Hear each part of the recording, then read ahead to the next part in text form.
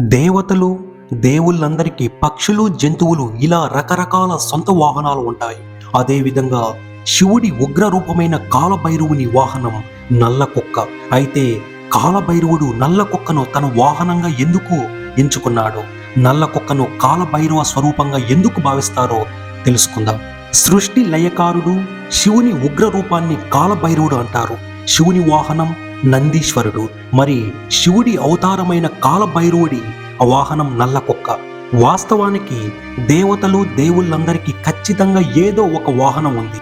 అలా వాహనంగా ఎంచుకోవడం వెనుక ఏదో కథ పురాణాల్లో ఉంది. కాలభైరవుడు కుక్కను తన వాహనంగా ఎందుకు చేసుకున్నాడు, దీని వెనుక కారణం ఏంటి తెలుసుకుందాం. కాలభైరవుడు శివుని రక్తము నుండి జన్మించాడని శివపురాణంలో ఉంది. శివగణాల్లో కాలభైరవుడికి ప్రత్యేక స్థానం ఉంది. కాలభైరవ జయంతిని ఘనంగా జరుపుకుంటారు. కార్తీక మాసంలోని కృష్ణపక్షంలోని అష్టమి తిథి నాడు ప్రతి సంవత్సరం కాలభైరవ జయంతిని జరుపుకుంటారు. ఈ సంవత్సరం పక్షంలోని అష్టమి తిథి నాడు ప్రతి సంవత్సరం కాలభైరవ జయంతిని జరుపుకుంటారు. ఈ సంవత్సరం నవంబర్ 23, 2024న జరుపుకున్నారు. ఈ నేపథ్యంలో కాలభైరవుడిని పూజించి నల్ల కుక్కకు ఆహారం అందించడం మంచిదని అంటారు. నల్ల కుక్క భైరవుని వాహనం ఎలా అయిందంటే, పురాణ గ్రంథాల ప్రకారం కాలభైరవుని వాహనం నల్ల కుక్క. కాలభైరవుడు ఎక్కడికి వెళ్ళినా అతనిని వాహనం ఎల్లప్పుడూ ఆయనతో ఉంటుంది. అయితే కాలభైరవుడు ఎల్లప్పుడూ నల్ల కుక్క మీద ఎక్కి స్వారీ చేయలేదు. అయినా నల్ల కుక్క ఎప్పుడూ కాలభైరవుడి వెంట నడుస్తుంది. కాలభైరవుడు తన వాహనంగా నల్ల కుక్కను ఎంచుకున్నాడని నమ్ముతారు. ఎందుకంటే కాలభైరవుడు ఉగ్రమైన స్వభావం కలిగి ఉంటాడు. కుక్కను కూడా ఉగ్ర స్వభావం కలిగిన జంతువుగా చూస్తారు.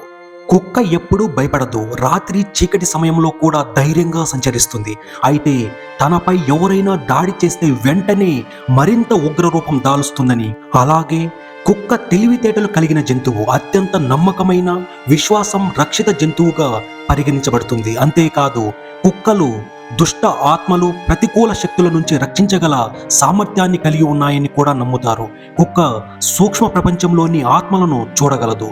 భైరవుడు శ్మశాన వాటిక నివాసిగా వర్ణించబడ్డాడు. శ్మశాన వాటికలో కుక్కలను మాత్రమే జంతువులుగా చూస్తారు. అటువంటి పరిస్థితిలో కుక్క భైరవుడికి తోడుగా మారింది. కాలభైరవుడి పూజ ప్రాముఖ్యత ఎలా ఉంటుందంటే, తంత్రశాస్త్రంలో కాలభైరవుడికి ప్రత్యేక స్థానం ఉంది.